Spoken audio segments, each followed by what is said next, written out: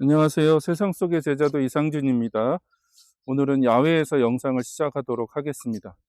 여기가 어디냐 하면 제가 처음 가정교회로 교회 개척을 시작할 때 이곳에서 했습니다. 지금은 이제 겉모습이 많이 바뀌었는데 그때는 그냥 평범한 가정집이었습니다. 겉으로 보기에는 잘 모르겠지만 저 지하에 한 30명, 많게는 40명 정도 모일 수 있는 공간이 있고요. 1층은 그냥 평범한 가정집이었습니다. 그래서 저희 가정이 1층에서 살면서 가정교회를 이제 이곳에서 시작을 하게 되었죠.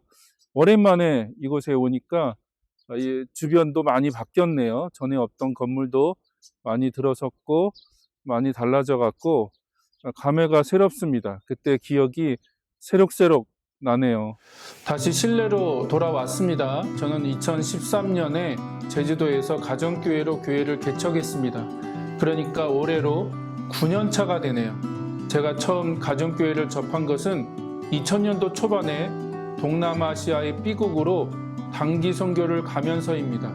그 당시 저의 목표는 B국 선교사가 되는 것이었습니다. 그래서 여러 선교 훈련을 받았고 B국에서 복음 전도와 교회 개척 사역을 하고 싶었습니다. 하지만 B국의 현장은 제가 생각했던 것과는 많이 달랐습니다. 제가 직간접적으로 배우고 경험한 선교의 방법이나 전략이 거의 먹히지 않았습니다. 선교사나 선교센터, 지역교회와 신학교, 목회자가 전혀 없었던 것은 아니지만 무슬림이 강력한 종교로 나라의 모든 영역을 장악하고 있는 상황에서 전통적인 방식의 선교는 여러 가지 한계와 어려움을 겪고 있었습니다. 그때 미국의 남침내 선교사들이 B국에서 가정교회라는 것을 한다는 이야기를 들었습니다. 그때만 해도 사실 가정교회라는 말 자체가 너무 생소했고 신학 공부도 많이 했고 선교사 훈련까지 받은 저도 알지 못하는 개념이었습니다. 더욱이 통일교 같은 이단에서 가정교회라는 용어를 사용한다는 것을 알고 있었기 때문에 거부감마저 들었습니다. 그때 제가 들은 것은 예배당 건물도 없고 인도하는 목회자도 없고 그냥 말 그대로 가정에서 모여 예배하고 기도하고 성찬하고 흩어져서는 일상의 삶 속에서 관계를 통해 복음을 전하고 세례를 주고 영접하고 회심한 사람들을 그 가정교회 모임 안에서 양육하고 훈련한다는 것입니다. 그러다가 그 가정교회 모임이 커지면 그 중에 새로운 리더를 세워서 또 다른 가정교회를 개척한다는 것입니다. 근데 저에게는 그런 가정교회의 모습이 매우 신선하게 다가왔습니다. 전통적인 선교 방법이 통하지 않는 무슬림 사회에서 가장 효과적이고 역동적인 복음 전도와 교회 개척의 방법이라는 생각이 들었습니다. 눈에 보이는 예배당을 지어서 그 위에 십자가를 세우는 것도 쉽지가 않고 선교사가 들어갈 수는 있지만 현지인들을 직접 전도하기가 어려우며 한국처럼 많은 목회자들을 양성하기도 힘든 상황 속에서 가장 탁월하고 성경적인 방법이라는 생각이 들었습니다. 저는 가정교회에 대해서 더 알고 싶었습니다. 그때 마침 한국에 번역되어 출판된 2권의 책이 있었습니다.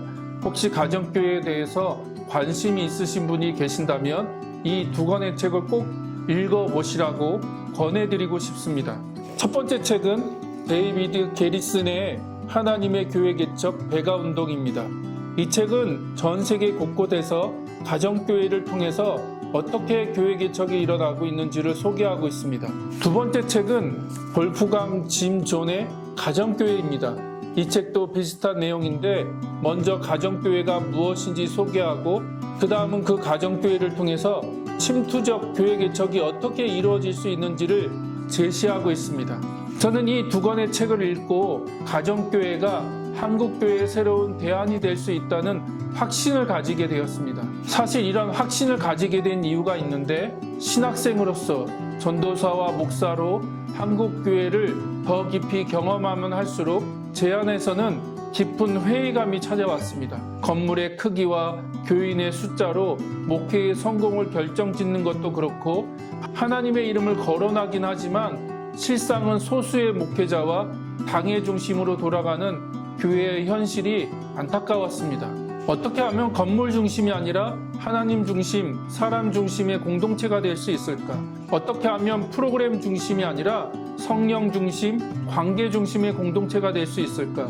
어떻게 하면 소수의 목회자나 장로가 아니라 다수의 성도들이 주체적이고 주도적으로 헌신하는 공동체가 될 수 있을까?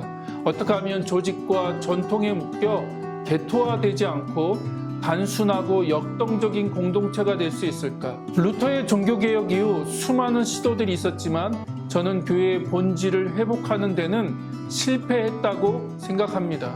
교회는 눈에 보이는 어떤 건물이 아닙니다. 교회의 주인은 목사도 장로도 아닙니다. 신앙생활은 특정 건물 안에서 행해지는 종교 활동이 아닙니다. 교회는 그리스도의 몸입니다. 더 나아가 그 몸을 이루시기 위해 모든 성도들 안에 성령님이 내주하셨습니다. 그러므로 교회는 예수 메시아를 주로 고백하고 그 예수님이 가신 길을 따라가는 성령의 공동체이며 동시에 제자들의 공동체입니다. 그 제자들은 주어진 모든 삶을 통해 복음을 전하고 사람들을 돌보며 양육하고 하나님의 나라가 이 땅 위에 임하도록 헌신합니다. 더불어 자신들과 똑같은 삶의 방식을 가진 사람들을 재생산하여 주님의 몸된 교회가 계속해서 일어나도록 수고하는 자들입니다. 너무 거창하고 복잡한가요? 아니요. 저는 아주 단순하다고 생각합니다. 신약 성경에 그런 교회를 묘사하고 있습니다. 우리는 건물을 교회라고 부르며 제도화된 교회만을 보았기 때문에 신약 성경이 말씀하시는 교회가 무엇인지 잘 모릅니다. 저도 선교지에서 가정교회를 접하기 전에는 그랬습니다. 하지만 가정교회를 접하고 많은 생각들, 가치들, 개념들이 바뀌었습니다. 그리고 그것을 한국교회에 시도하고 싶었고 진짜 가능한지 실험하고 싶었습니다. 2013년에 저에게 그런 기회가 주어졌고 가장 척박하다고 하는 제주도에서 가정교회로 교회를 개척할 수 있었습니다. 이 부분에 대해서는 다음 영상에서 더 자세히 이야기하도록 하겠습니다. 제가 먼저 이런 이야기를 하는 것은 교회라고 하면 눈에 보이는 건물로만 생각하고 그래서 교회 개척이라고 하면 보기 좋은 곳에 멋진 예배당을 꾸며서 사람들을 많이 모이도록 만드는 것이라는 고정관념을 이제는 넘어서야 한다는 것입니다. 나중에 이 부분도 자세히 나누고 싶지만 아무튼 과거에 그랬던 적이 있었습니다. 적어도 90년대까지만 해도 그게 가능했다는 것이죠. 하지만 이제 그렇지 않습니다. 더 이상 그런 방식으로 교회를 개척하는 것에 한계가 왔습니다. 우리는 이제 본질에 대한 고민들과 질문들을 던져야 합니다. 신약 성경이 제시하는 교회의 본질이 무엇인가? 무엇이 주님의 몸된 교회인지를 진지하게 생각해야 합니다. 저는 개인적으로 가정교회가 그 질문에 대답이 될 수 있다고 생각합니다. 더 자세한 이야기는 다음 영상에서 나누도록 하겠습니다. 오늘은 딱 한 가지만 기억해 주시면 좋겠습니다. 건물은 교회가 아닙니다. 예배당입니다. 저 어릴 때 교회 간판에 이런 문구가 많았습니다. 땡땡땡 교회 예배당. 그런데 어느 때부터 예배당이라는 단어가 빠지고 그 건물에 땡땡땡 교회라고 붙이기 시작했습니다. 그러면서 믿는 사람들이든 안 믿는 사람들이든 눈에 보이는 건물이 교회라고 생각하게 되었습니다. 아닙니다. 그것은 예배당이고 건물일 뿐이지 교회가 아닙니다. 저는 코로나 이후 교회 개척에 대한 논의를 한다면 가장 먼저 이 개념을 분명하게 정리해야 한다고 생각합니다. 그러면서 그 대안으로 가정교회가 있다고 말씀드리는 것입니다. 그럼 오늘 영상은 여기까지입니다. 다음에는 더 자세한 교회 개척 이야기, 가정교회 이야기를 나누도록 하겠습니다. 시청해 주셔서 감사합니다.